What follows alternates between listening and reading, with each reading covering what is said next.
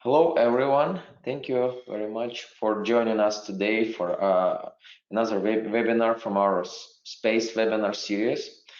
And before we start, I would like to ask you whether you can hear me and see my screen. If in fact you are, you can type something in questions or chat box. Okay, great. Yeah, so the webinar will be held in the way that we've done before. First of all, this short announcement about the rules of the webinars and the availability. So you will be muted during all the webinar, and if you have questions toward today's presenter, please type them into the questions box. So I'll be able to read them after the presentation. The second announcement is that the webinar will be recorded, and you'll be able to get the recording once we upload it on our YouTube channel. And obviously, the short announcement, as usual, please follow us on social networks, LinkedIn, Facebook, Instagram, to find out about more webinars that will host. And trust me, there will be webinars. So yeah, let's begin. Just a quick intro about the topic and why we actually having this Chemspace. Yeah, so as we all know, chemical space is enormous, but all of us as researchers in the labs, we need samples and not just fancy molecules drawn or generated de novo. And there are ways to access the molecules, obviously not that 10 to the power of 63, but some decent amount of molecules, either from in-stock sources or from make-on-demand chemical space. And there are just a few examples of the sources. I'm talking about make-on-demand, where you can get those molecules from. And Chemspace is actually trying to accomplish the mission from finding the molecules in the way that we can perform the discovery services for you through getting the molecules into the lab by procuring them or sourcing them from various sources we have. And if you have the leftover material, we would be happy to store it for you and ship it for further studies. So that's basically what we're doing. And obviously, we in our everyday work rely on the sources and the ways to explore chemical space and to search it effectively. And today we'll hear the presentation from our collaborators from Mama AI, Miroslav Lžičař, regarding the molecular search in AI learned chemical similarity space. With that, I would like to pass word to Miroslav.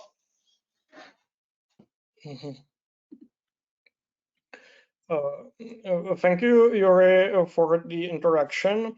I appreciate I can present here today. I am working as a research scientist in the Mama AI, and today I will be presenting about AI techniques for molecular search. Let me share my screen. Can you see it? Yes, we can see. Yeah. Okay. Thanks. Let me start by introducing our team and our company. in the MAMA AI, we were previously working as a part of IBM research on products such as IBM Watson, where the work was focused on research of artificial intelligence for speech, natural language processing, translation, and so on. And today we are in the MAMA AI trying to bring this AI expertise into another fields such as chemistry. And we are also cooperating with the Institute of Organic Chemistry and Biochemistry in Prague, specifically with IOCB Tech, which is the technology transfer office and subsidiary of IOCB. The main question I will be asking today and tackling in this work is how to accelerate molecular search using artificial intelligence. With current approaches of molecular search in enumerative databases, there are some problems that are not easily overcome. For instance, the search usually relies on brute force comparison of molecular fingerprints, but the chemical databases are growing exponentially. Some of them have 10 to the power of 8, some of them even 10 to the power of 26. And as Yurii said, the whole chemical space has approximately even 10 to the power of 63. Another problem is that binary fingerprints are not a silver bullet, and as we will see, the more relevant chemical similarity metrics for downstream applications such as virtual screening are the most computationally heavy. For example, you can see in this picture that 3D shape similarity of molecules. If it's align based, you need to generate the conformers of the molecules, then align those molecules over each other, and then calculate some volume overlaps, and in the case of electrostatic similarity, even integrate over the electrostatic surface. So those metrics are pretty computationally heavy. We tried to solve following challenges based on these problems. The first thing is to develop an efficient and scalable method of search on enumerative databases that avoids the pairwise comparisons of binary fingerprints, and to implement vector search techniques that are used in AI in applications such as image search, recommendations engines, semantic search, and in all of those products of big tech companies such as Google, Facebook, and so on. On the top of it, we tried to be able to approximate those computationally heavy metrics using trainable AI model. And that's including the 3D shape and electrostatic similarities. To be able to tackle the interpretability of artificial intelligence, we are trying to represent those molecules in isometric latent space, which means that the dot product or Euclidean distance of the vectors correlates with the original similarity of the molecules.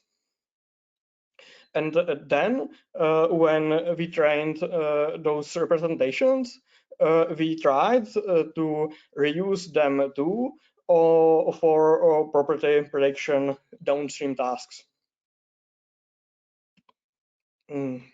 This introduces our main tool, which is called CHEES, and that stands for Chemical Embeddings Search Engine, and it's an AI-based super fast search.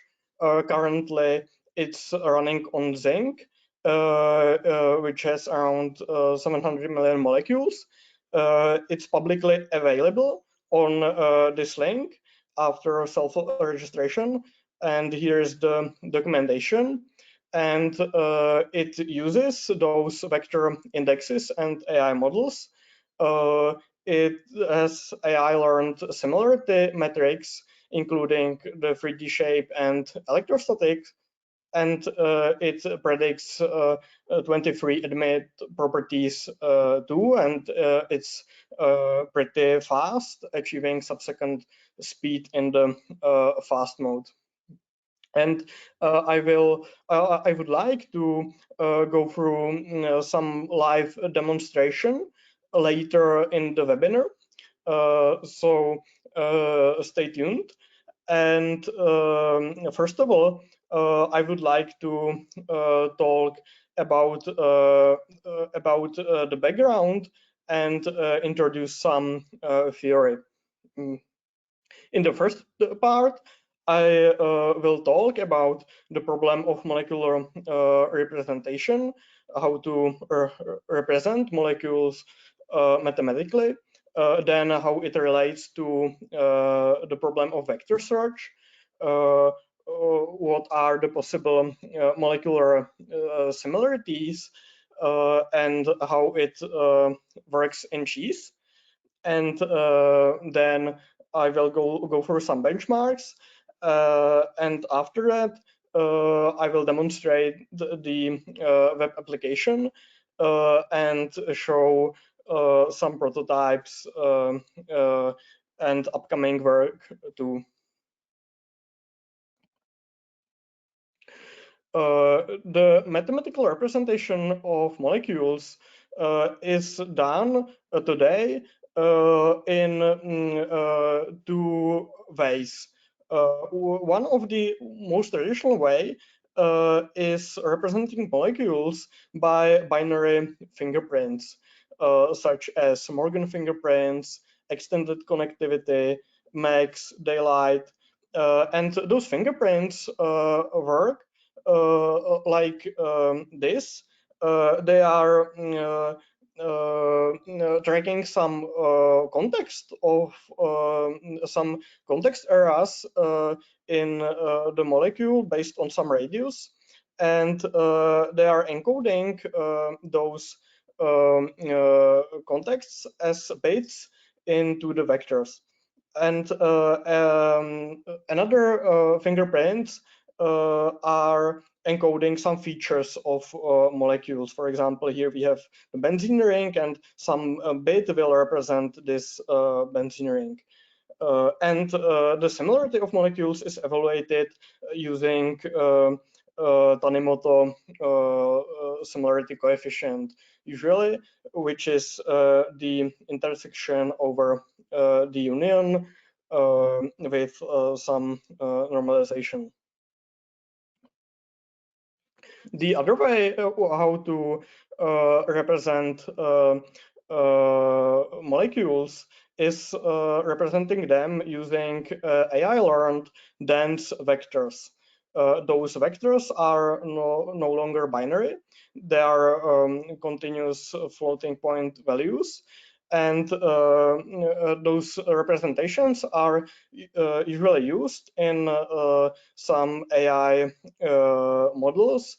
For example, some famous generative autoencoders, such as in the work of Gomez-Bombarelli, also in another AI models like Mol2Vec, or Camberta, and basically all the interesting AI architectures are working with some latent space of dense vectors.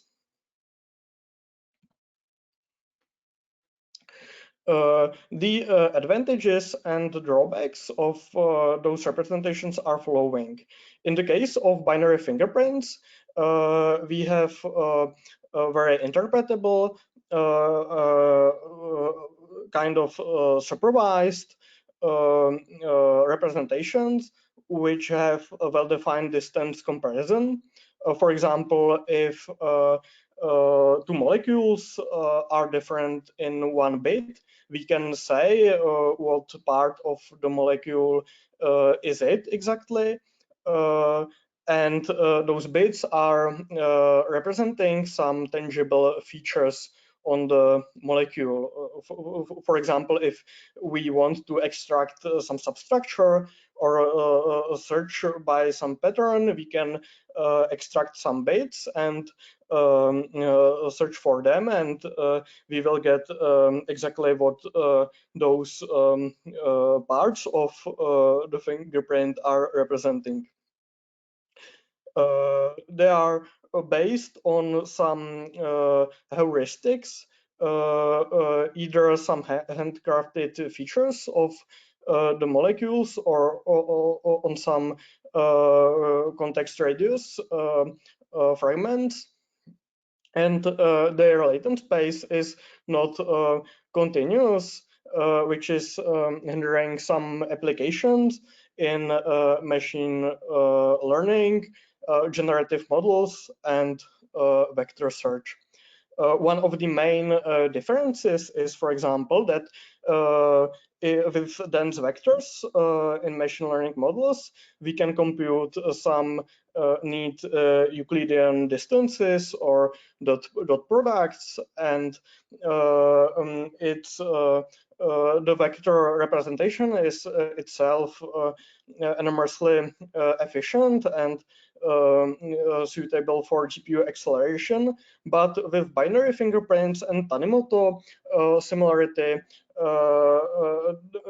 those applications are quite limited, and we are still using some traditional algorithms that are using basically pairwise comparisons of the bits of different molecules. In the case of AI learned dense vectors, those are usually unsupervised. That means they are decided upon the model or contingent on the given AI model, which learns some distribution of the training data and decides what molecules will have what vectors. And that means also that they have entangled dimensions. One dimension of the vector is not representing some specific feature of the molecule, as in case of bits in binary fingerprints, and it's then not so easily interpretable because those dimensions are representing multiple things at once, and it's almost impossible to disentangle those representations to be able to interpret the representations correctly. Usually, it learns some semantic meaning of the molecules, such as language models are learning some meanings of sentences. Another advantage is that they are trainable and tunable to desired data set, and that includes unstructured data. We will see that AI learned representations are used in AI, also in the case of retrieving images or sounds or sentences, and there it would be impossible to extract some meaningful features manually, and AI can learn those features that are exactly fitting the training distribution. I've already said that there are enormous advantages with the continuous latent space that has some Euclidean or dot product distances, and that's also the most suitable for the machine learning, for numerous machine learning applications. I would like to compare this approach with vector embeddings in AI. Maybe you know some of those algorithms like word2vec or Siamese networks or attention transformers, which are getting more and more popular. And all of those architectures are learning some vector embeddings of entities in the space of natural language or in the space of images, and they have applications. They have important commercial applications in recommendation engines, machine translation, semantic search, image search, and all the big tech companies are using them with enormously large databases for search. And there is a lot of research and engineering around it, and it's getting better every year. Those representations that are learned by these embedding models can be then used by vector search data structures, which are ultra fast and scalable and efficient. Some examples are hierarchical navigable small world search or locality sensitive hashing, k-dimensional trees or ANOI. And those indexes are used in so-called vector databases, where you can store vectors and very efficiently retrieve the most similar without doing all the pairwise comparisons. The search speeds are incredible. Usually it's millisecond search speed on the scale of billions, and it's scalable, and all the big companies are focusing on this technology, so it's getting frequent updates. I have tried to use some of those vector indexes. Specifically, I tried the HNSW, and I was reading traditional fingerprints as vectors, fitting them in this vector index. And I compared it with ESP-sim, which is the current fingerprint state-of-the-art search engine, which runs, for example, on Campbell. And I observed that it's much better on, especially on larger data sets from 1 million of molecules upwards.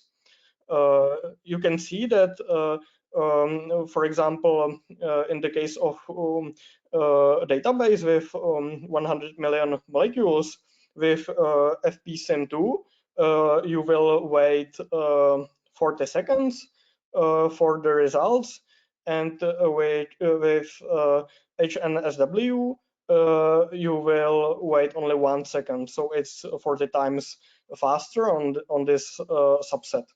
And that's even in this case where I'm using just the binary fingerprints, which are not suitable well for this kind of vector index.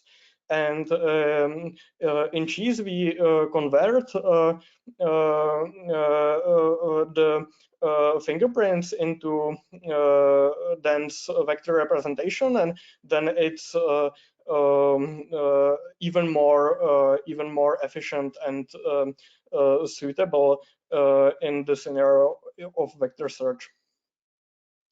And just to remind, this is on single CPU and on disk, so it doesn't use RAM, and it's not any supercomputer. This introduces the Cheese representations of molecules, which are combining the advantages of both techniques. They are using AI-learned dense vectors, but those vectors are trained specifically to be metrically interpretable. That means that if you compute Gaussian distance or Euclidean distance of two vectors, it will correspond to the ground truth fingerprint animoto, shape similarity, or electrostatic similarity of those molecules in the original chemical space. And it uses only text input, so you don't need to compute any conformers or 3D structures. You can just pass in the text input, and this way the computation of those vectors is even faster than of traditional fingerprints. Here you can see one of the prototypes, which is Cheese visualization, and this is dimensionality reduction of some data set of molecules, and the Cheese embeddings should work such that similar molecules are close to each other, and the distances in the higher dimensional space are representing the real similarities.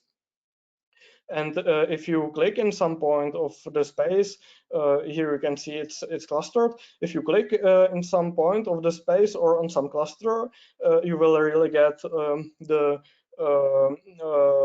similar molecules, and you can check that the distances are corresponding to the real similarities. I said that we wanted to train the models also on shape and electrostatic metrics, and to say something about the relevancy of them, if we compare them with fingerprints, fingerprints are fast, but can be prone to activity cliffs and can be sometimes chemically unintuitive, as we will see.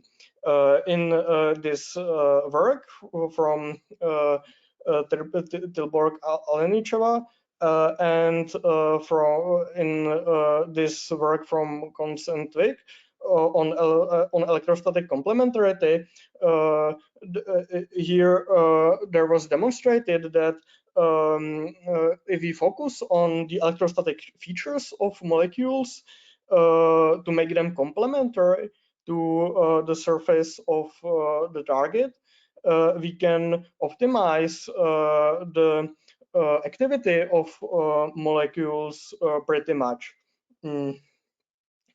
In this work, there was shown that traditional similarity metrics are not sensitive to the electrostatic activity differences of molecules, and so-called activity cliffs work like this, that we have pretty much similar molecules by some for example, smiles similarity, fingerprint similarity, scaffold or substructure similarity, but there are enormous activity differences.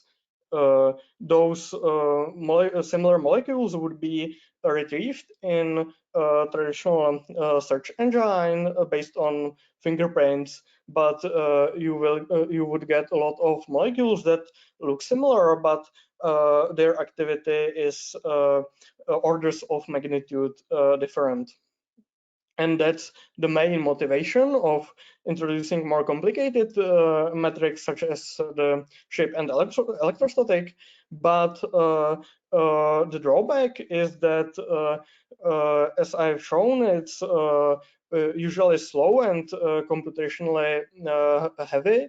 If you need to compute the conformers and align the molecules and examine the electrostatic surfaces, it's much more complicated and unbearable in such scenarios. In cheese, we used those ESP-sim and Shape-sim 3D shape and electrostatic metrics, which are introduced in the paper on the value of using 3D shape and electrostatic similarities in generative models. And those metrics are computed the traditional way. You have a pair of molecules, and first of all, you compute multiple conformers for every molecule. Let's say 10 conformers for each. Then you align all the conformers with each other. You select the best alignment of the best conformers, and then for Shape-sim, you compute the volume overlap of the molecules.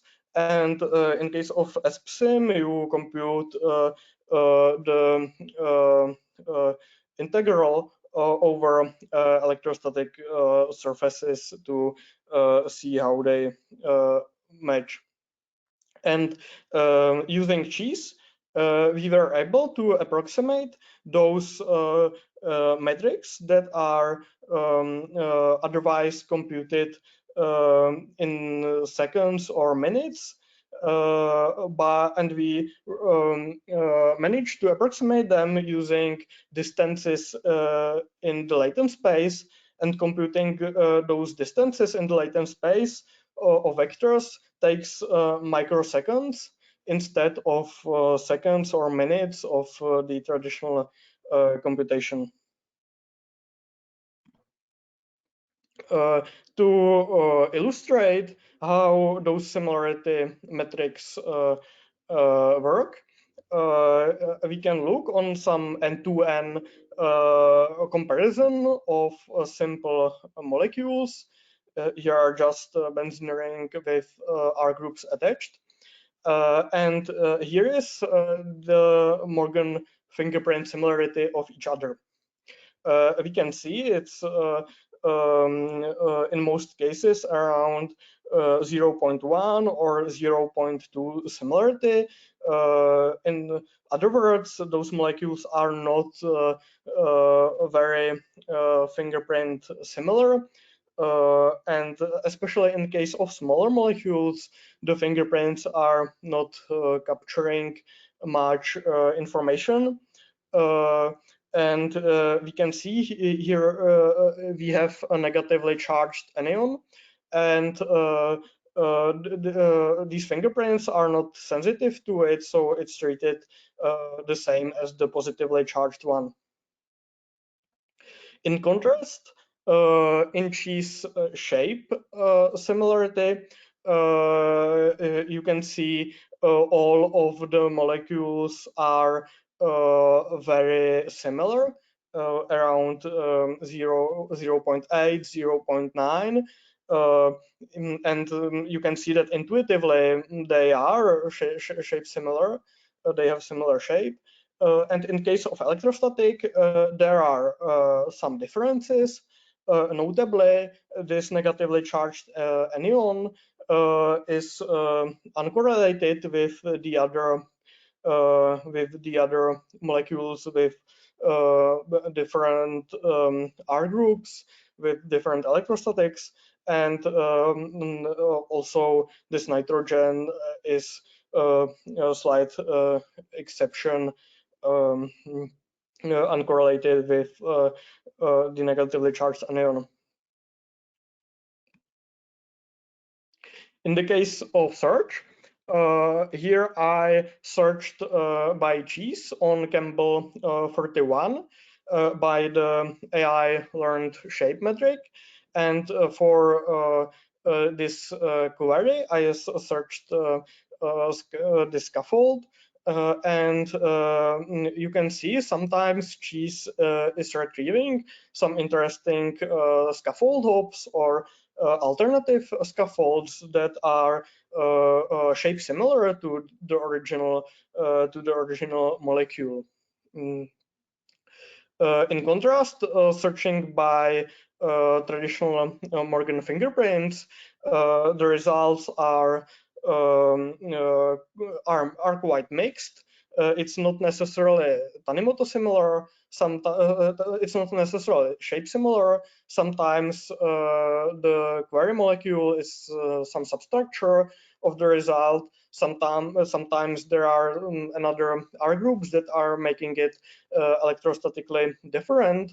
And in some scenarios, it might be more interesting for us to retrieve those shape-similar molecules that are including some interesting scaffold hops. Another illustration is of molecules with high shape similarity and low fingerprint similarity, or high electrostatic similarity and low fingerprint similarity. You can see that the molecules are shape similar, but fingerprint dissimilar. And in this case, the same holds with electrostatic similarity, and sometimes there are some like non-obvious substitutions or scaffold differences. To tell you some numbers, if we correlate the cosine distances of embeddings with the original metric in some realistic scenario of test set of unseen pairs of molecules from different database. So it is a test of how well the models can generalize. In the case of model trained on Tanimoto fingerprint similarity, we get 98% correlation, both Spearman and Pearson. In case of electrostatic and shape similarity model, we get still solid 58 or 50% correlations. We need to consider that the inputs to the model are smiles only. So when there are different conformers, it's like not sensitive to them. And thus the learnability of these metrics is not high in comparison with some traditional fingerprint similarity, because the model is doing a lot of approximation.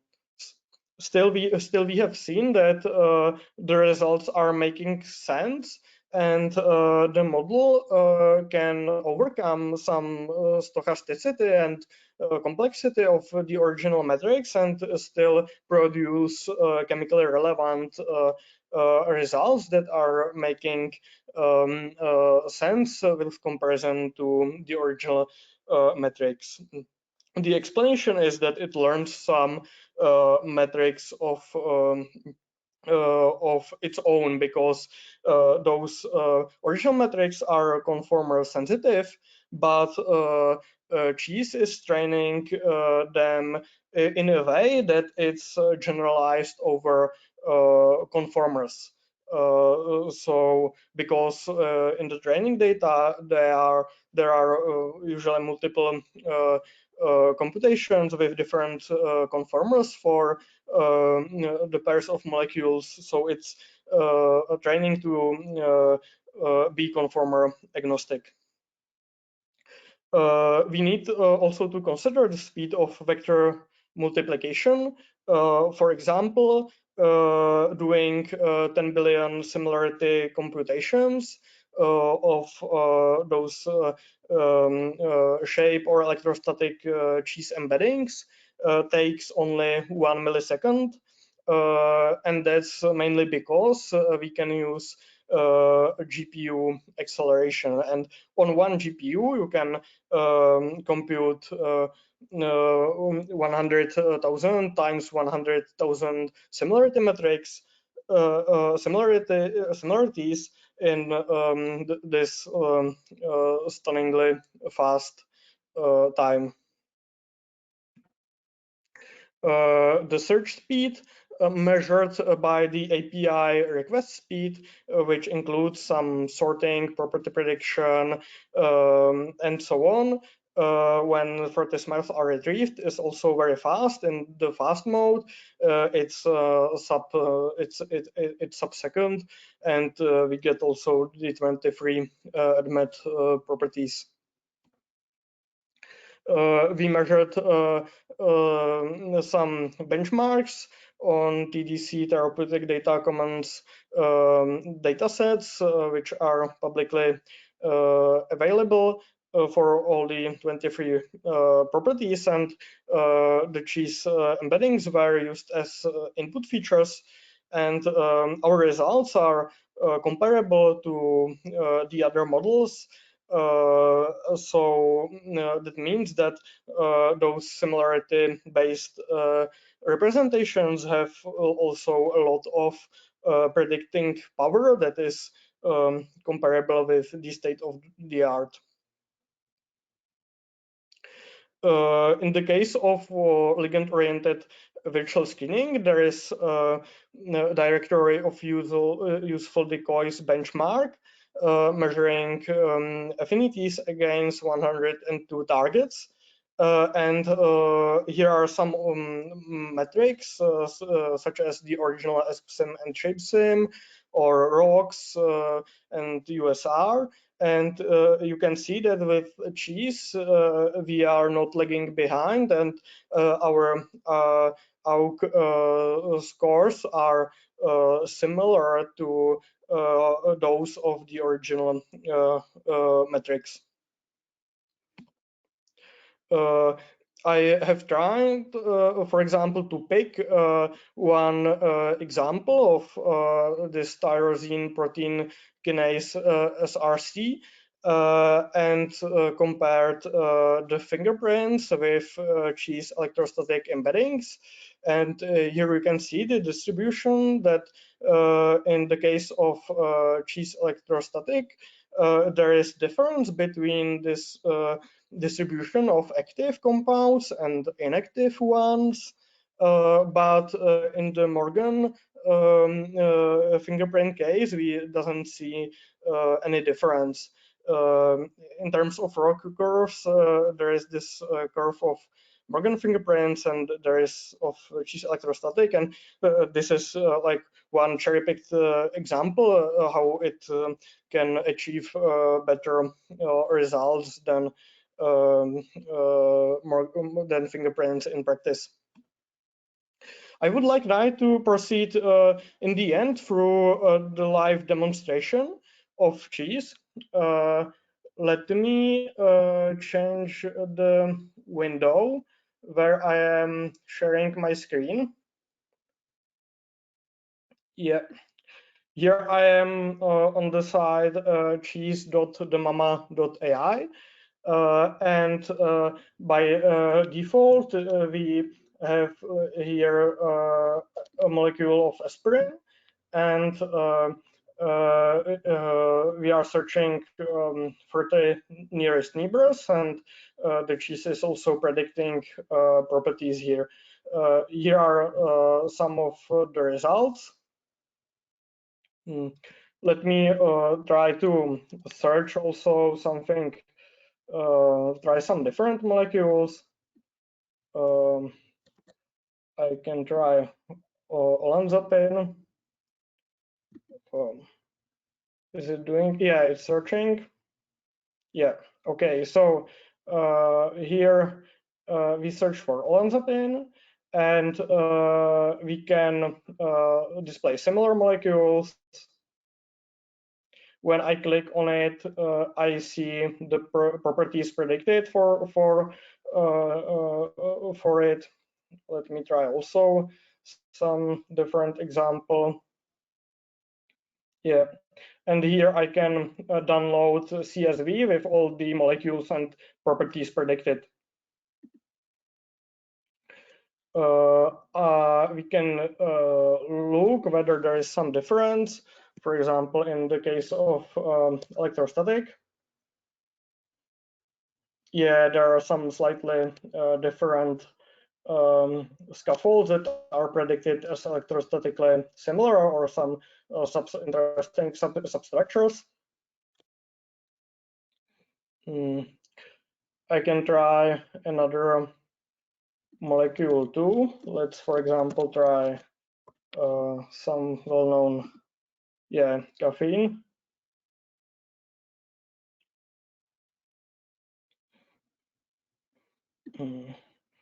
Yeah, we can browse like this. We can try also shape-similar.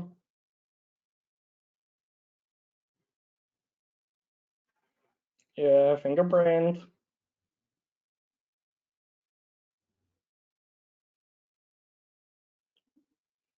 You can see that with fingerprint similarity, there is this phenomenon that we are getting a lot of some like superstructures or molecules that are containing the scaffold of caffeine, but in the case of the shape similarity, we get just the shape similar molecules.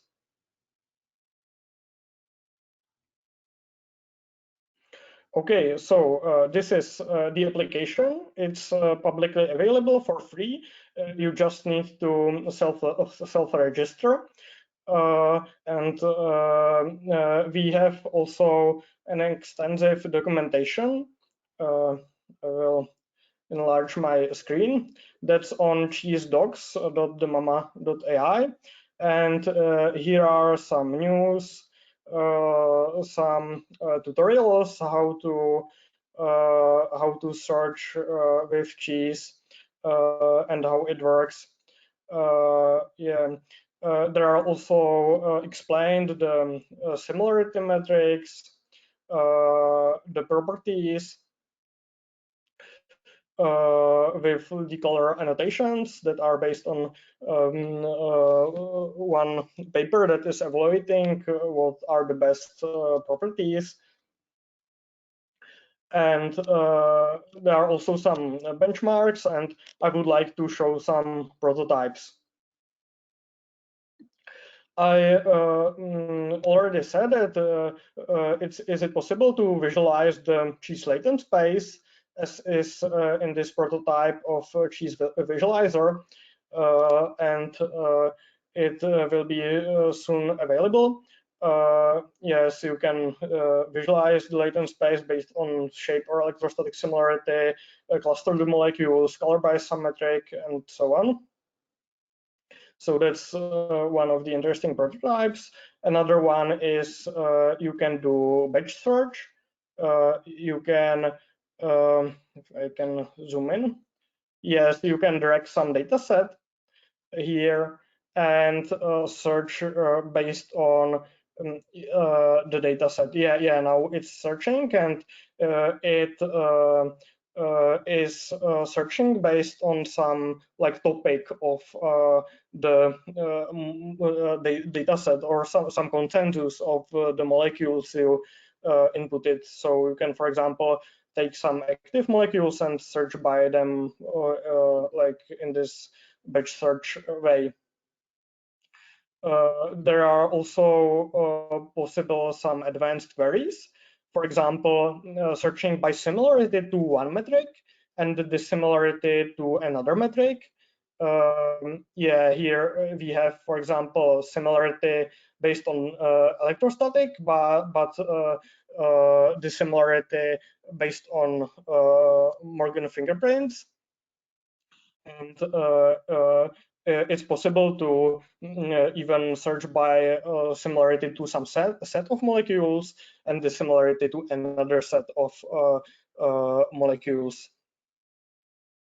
So that's another example, and this is like very experimental, so don't take it as granted. But in cheese, there are those like AI encoders, and it's possible not only to encode molecule and molecule and to train some distance, but also encode, for example, proteins or protein and ligand, or establish some pair of entities as you want. And in this example, I trained it on the data set of human interactome, and it achieved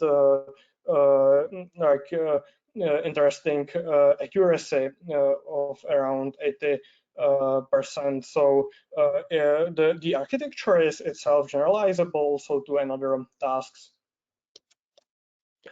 Okay, that's yeah. Then there are some prototypes of virtual screening, and you can go through it. I will share my screen back, and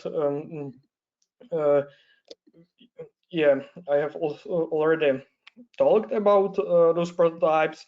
The upcoming work in following weeks, there will be cheese version on Enamin of 5.5 billion molecules. That's already in progress, and it will be available soon. We are working on publicizing the API, and we would like also to deploy some of those prototypes and work on the target awareness capabilities on cheese to proceed with further interesting research. Here is some inspiration how the ligand target similarity could work. I would like to thank all the scientists and engineers from my team, Hamza, Martin, Malaya, and Tomáš, collaborating medicinal chemists from IOCB, notably Jan and Wojciech, and also the managers that are working in our team, Jan and Jan. Thank you for your attention, and we can proceed with questions. Yeah, thank you, Miroslav, for this really great presentation of the capabilities, and obviously we're looking forward to enabling search in the Chemspace data set through cheese. That was actually one of the questions. So yeah, so the answer is yeah, we're looking forward to to have the set Chemspace database searched through your tools, and yeah, and more to come basically. Another question we have is, it's not clear how you can calculate ESP-sim or Shape-sim in latent space without generating the conformers. Could you please elaborate on this? Sure. This is a good question because originally those Shape-sim and ESP-sim metrics are computed by aligning the conformers and doing the computations in traditional way. But our model is basically learning some approximation. So it needs to be able to reason in a way that includes some structural intuition and electrostatic intuition. But on the input, we have only smiles. As I have shown, it's certainly generalizing. You can see that those correlations are not 100%. In the case of Shape-sim and ESP-sim, it's around like 50–60% correlation, but the results are reasonable. Yeah, it's some kind of approximation, and it on unseen data sets and unseen pairs of molecules, it generalizes. So it needs to have some intuition of those conformer spaces of molecules. Yeah. Thank you, Miroslav. Next question is, you mentioned that you're using a Zinc database, which is obviously a subset. And how much resources, computational disk space would it take to generate everything for this 5.5 billion real set, as well as for the full 30 billion real space? Yeah, I'm working on this now, so I cannot say much about the requirements. But for example, I have already computed the embeddings, and that took around 3 to 4 days on one GPU, the 5.5 billion for all the metrics. So for two metrics. And the disk space, yeah, in the inference scenario, when you search, the index is on disk, so it doesn't use much operational memory. And for example, on Zinc, the index has 30 gigabytes for one metric.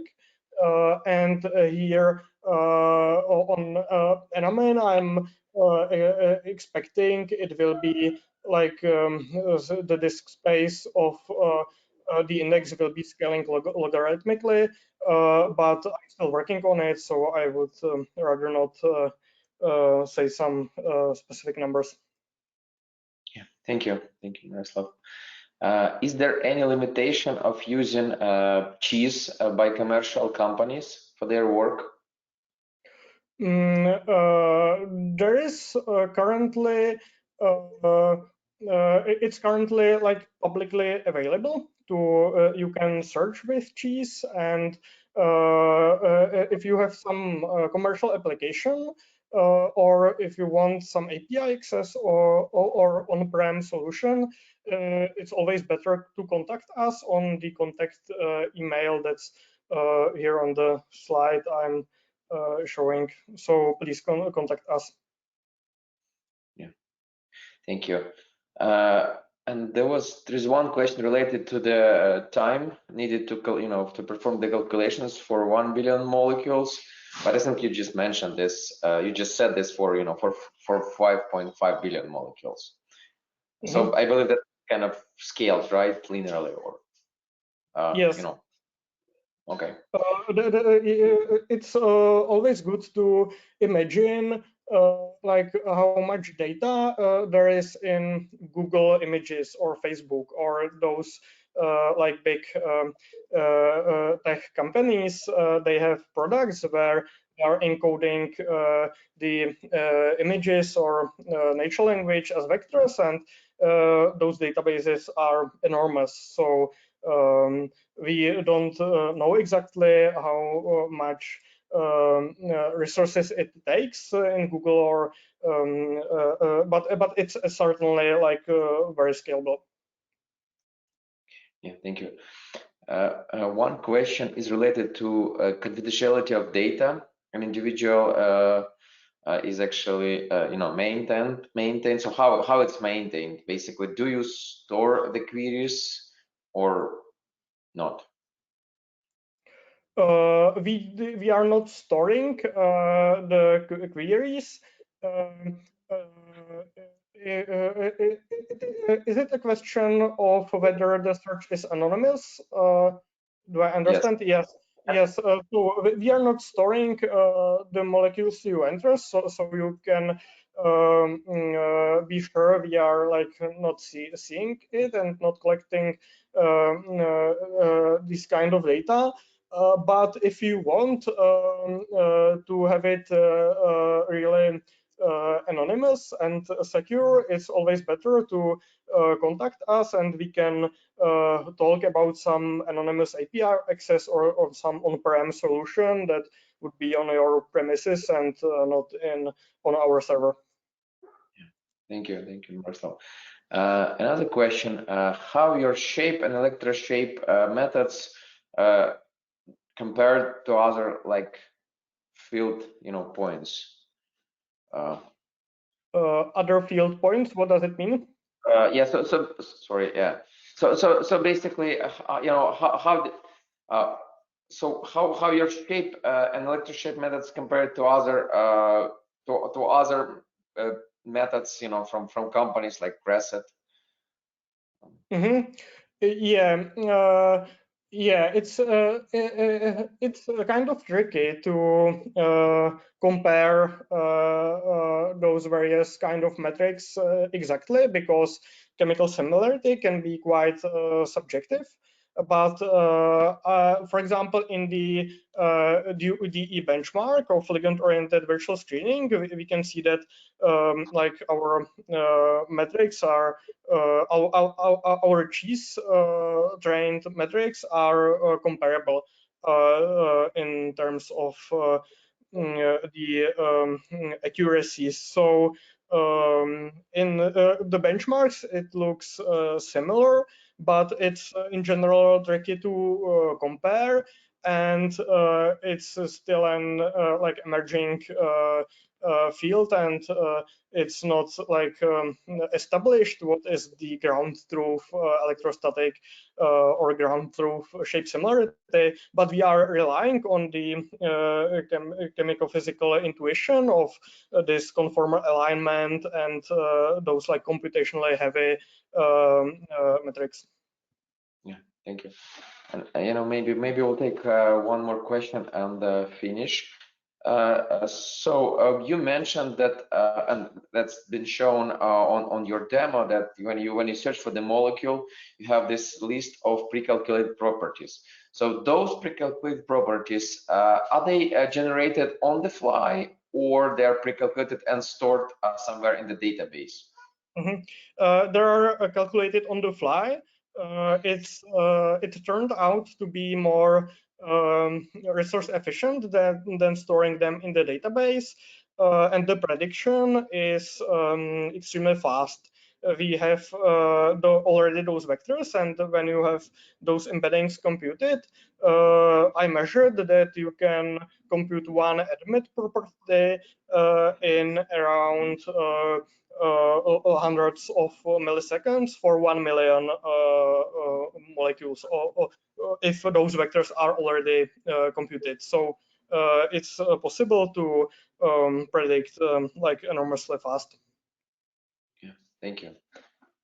Yeah, thank you, Miroslav, for the answers, and thank you for the great presentation. Thank you everyone for joining us today, and please, as I said, please follow us on social networks to find out more about upcoming webinars hosted by Chemspace. And with that, I would like to close webinar.